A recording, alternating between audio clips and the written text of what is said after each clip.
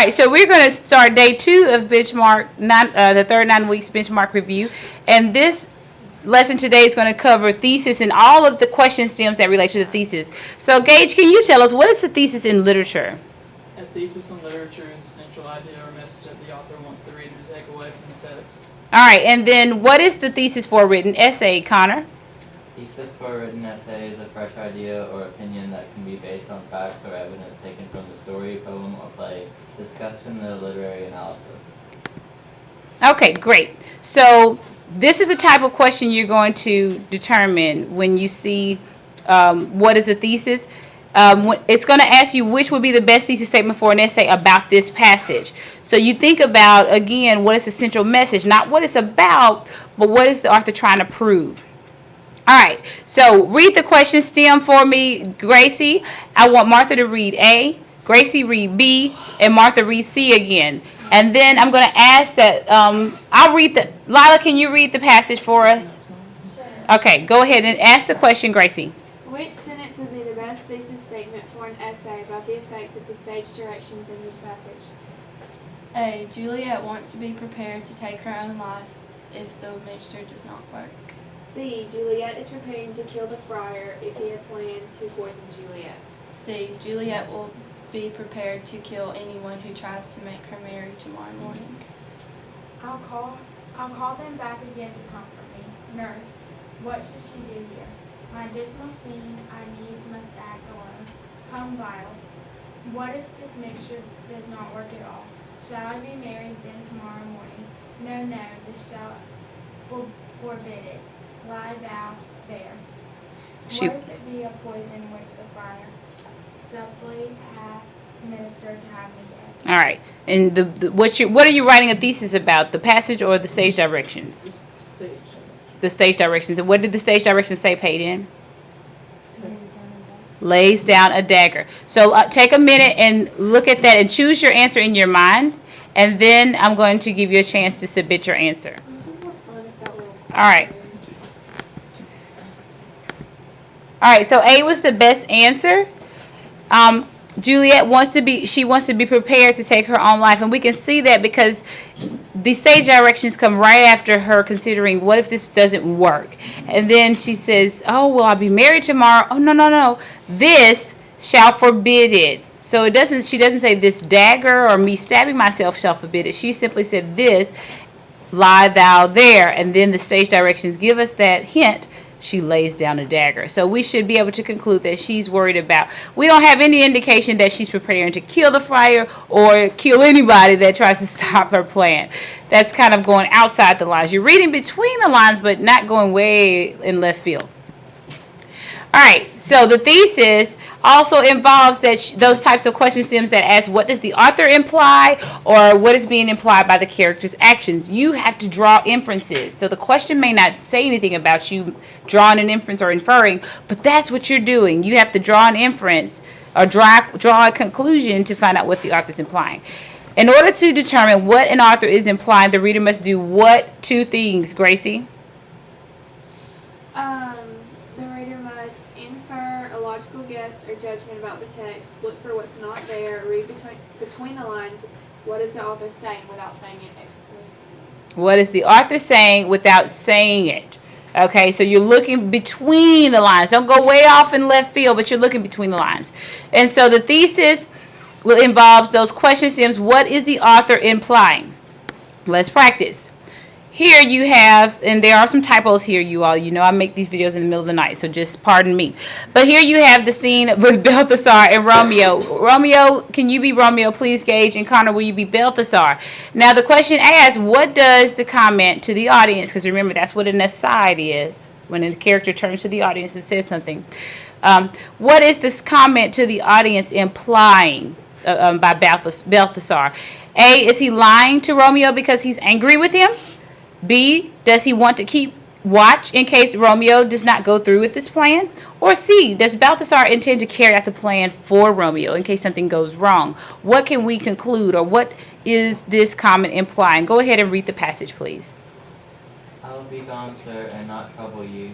So shalt thou show me friendship, take thou that live, and be prosperous, and farewell. For all this I'll hide me here about his looks I fear and his intents I doubt. All right, I'll give you just a second to choose your answer. All right, let's move on.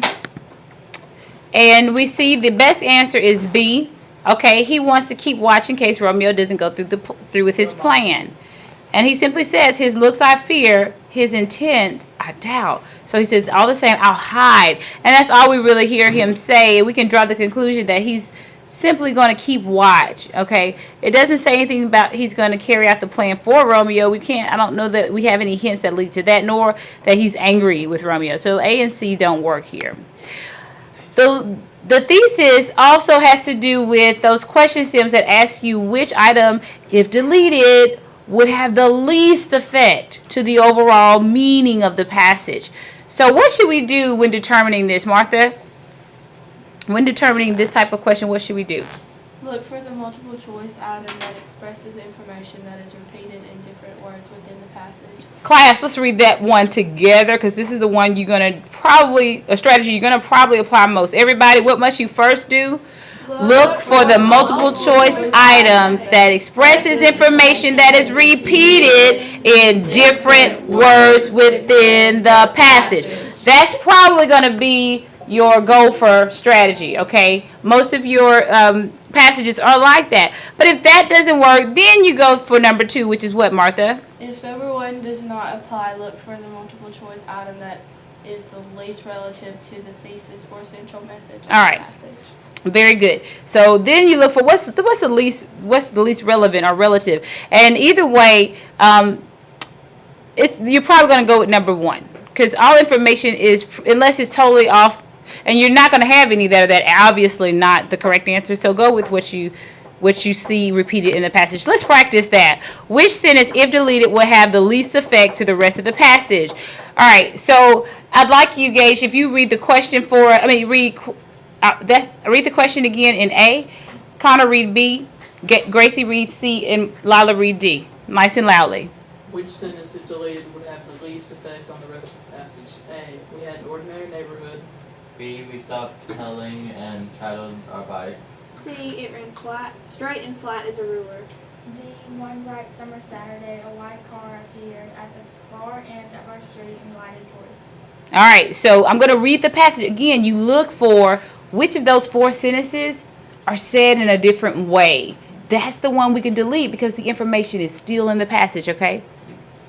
We had an ordinary neighborhood. Our street was in a small Florida town. It ran straight and flat as a ruler. No hills, no curves. You could stand at one end and see what was coming from the other. One bright summer Saturday, a white car appeared at the far end of our street and glided toward us. We stopped pedaling and straddled our bikes. A new family was arriving. All right, so I'm going to give you about 5 or 10 seconds to put your answer in your mind.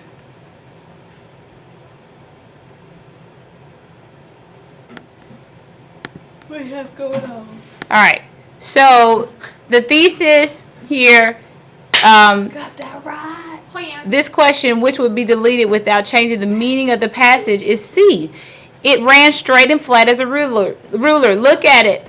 It ran straight and flat as a ruler is the same as saying no hills, no curves. They both give us the same information. So if we deleted that sentence, we still get the picture that this is a flat street. All right. So let's also talk about when we're looking for items that would support the author's claim most effectively in passages. Lila, what is anecdotal evidence? A story, quote, or human experience that supports an author's claim or thesis. All right. And then, Martha, what is statistical evidence? Data from a survey or research study that supports an author's claim or thesis. All right, very good. So when you're asked which evidence would most effectively support the author's claims, what's the first step we want to follow? Peyton. Of the 4 multiple choice items, which type of evidence is not represented in the passage? Which is not in the passage. Of the 4, you aren't lawyers, you're not scientists. Most of you aren't experts in research. So even if you may be good at it, but when you're asked to choose the best supporting evidence, these testing companies know that you aren't going to say, oh, I just know that this statistic is the best, Most of the time, they're going to be obvious. All 4 of them will be relative. And this is 9 out of 10, okay? And then you're going to find one that is just not in the passage at all. That's the one you go with. So the second thing, and I know I got my typo there, Connor, when I put which. I know it jumped out at Connor's my linguist here. What is the second thing we're going to look for, number 2? Of the 4 multiple choice items, which type of evidence would be most convincing to the reader? All right, so that's oftentimes that can be so subjective. So that's why fewer questions, you use that strategy. You may say this is more convincing, and she may think, well, not so much. So I'm telling you, number 1 is your 9 out of 10. Go for strategy. Okay, look for the multiple choice item that is not in the passage. If you have stats in the passage already, don't choose that one. You don't need any more. If you have an anecdotal experience or story or an interview or personal account already in the passage, don't go for that one. Go for what's not in the passage. Let's try it. All right. Which evidence would most effectively support the author's claim? All right. So I'm going to read this passage just because I'm going to go into my what I like to call radio announcer voice. I can read it really fast, and I know you could too. All right. But I just want to get y'all to do it. So Gracie, would you ask the questions, dear? Great. Gage, would you do A, Peyton B, Lila C, Connor D? Go ahead.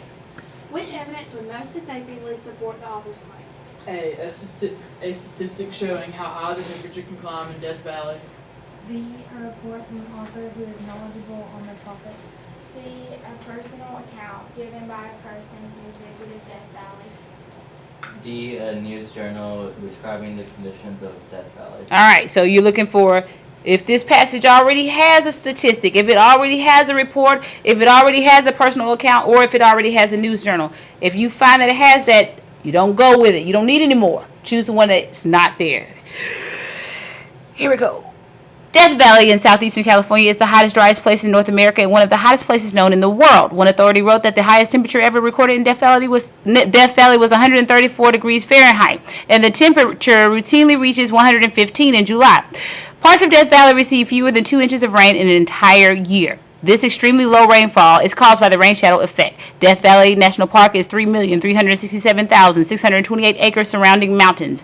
In spite of the name of the park and its hard climatic conditions, Death Valley is alive. National Botanical Journal reports that more than 970 types of plants grow there, including not only cactus, but also grasses, shrubs, and even trees like juniper, pine, and mesquite.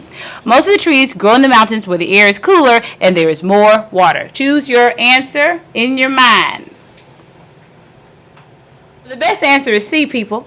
Yeah, I got on them right. Very good, Martha. All right. So the best answer is C because A, we've already got a statistic there. Like it says, statistic showing the high temperature.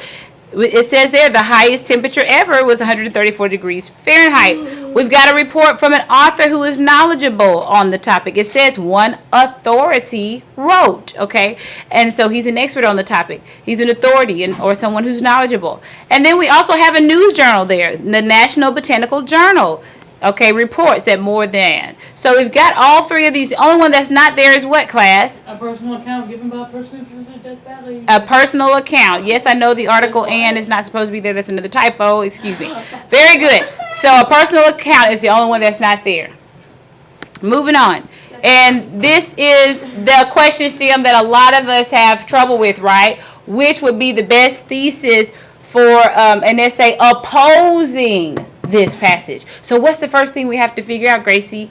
Identify a sure thesis. Okay, so in your mind, after reading that passage, make sure you know what a thesis is. Now, Martha, what's the second thing you want to do? Choose the multiple choice item that is the opposite of what you determine is a good thesis. Everybody, read number 2 together. That's the most important part of this. 1, 2, 3. Choose the multiple choice item that is the opposite of what you've determined is a good thesis. All right, so here's the stem. What would be an effective thesis for an essay opposing? What do you think of when you hear opposing? We hear Against? like a fight Or let's look at the word itself. Opposite. Disagree. Okay, or disagree. All Opponent. right, so Gage, ask the question again. Gracie and Connor. Gracie go A, Connor go B. Gracie go C, and Connor go D. Go ahead. What would be an effective thesis for an essay opposing this passage? A. Ebooks are a better choice for those who care about the future of the planet. B. Ebooks are just as practical as paperback books when traveling. C. Traditional books are harmful to the environment. D. Ebooks will never measure up to the quality of the traditional paperback books. Are we looking for the thesis of this passage? Nah. What are we looking for? The An opposing. opposing thesis. All right. Ebooks have the potential to change our planet. Ebooks are about the same size and shape as regular books. They have a large screen in the middle, however. This screen shows the reader a page of text that has been downloaded from a computer. Once the reader has finished reading the page on the ebook screen, he or she scrolls down to see a new page. It is a great idea to lie on a warm sandy beach with a book. This can be done with an ebook as with a traditional paper book. In fact, because ebooks are so light, they can be taken places that one would not want to take a regular book. They are more environmentally friendly than traditional books. Currently, thousands of trees are cut down each year to meet the publishing industry's demand for paper. Books that don't sell are eventually returned to the publisher and destroyed. This appalling waste could be avoided. I'll give you 10 seconds to choose your answer, which would be an effective thesis for an essay opposing the opposite of the thesis of this passage. The answer is D. Very good, Martha. But here's the deal. A lot of times with this passage, this type of question, even though we know we're looking for the opposite, we still, our minds just go for what's the thesis? How many of you chose the thesis, just chose the thesis still and not the opposite of it? If you chose A, that's pretty much what the thesis is. Ebooks are better choice for those who care about the planet. But D is just the opposite. By saying ebooks will never measure up to the quality of traditional paperback. But paperback books, you see these negative connotative words such as appalling waste. Okay? It even talks about eventually how the paper is destroyed. And this could be avoided. It says that ebooks are more environmentally friendly. So this is saying that the quality is better. And so someone who's opposing this would say, oh, no, ebooks would never measure up. So you're looking for what's opposing in the passage. Okay, so you've already read the paragraph, but I want you to answer this question. As suggested in the final line of the last paragraph, how could waste be avoided? A, read the last line for me, Peyton, nice and loudly. What does the last line of the paragraph say? This appalling waste could be avoided. So what is the narrator suggesting? Is the narrator saying that publishers should work harder to sell printed books? Is it suggesting that the world should cut back on publishing and printing books? Or is the narrator suggesting that there's a need for equality for accessing both print and ebooks? Or D, is the narrator implying that publishers should decrease the publishing of ebooks in order to cut down on paper waste from printed books? Go ahead and choose your answer in your mind. Now go ahead and submit your answer. Wow. Time. You need me to go back? Okay, I'll go back. I wasn't looking.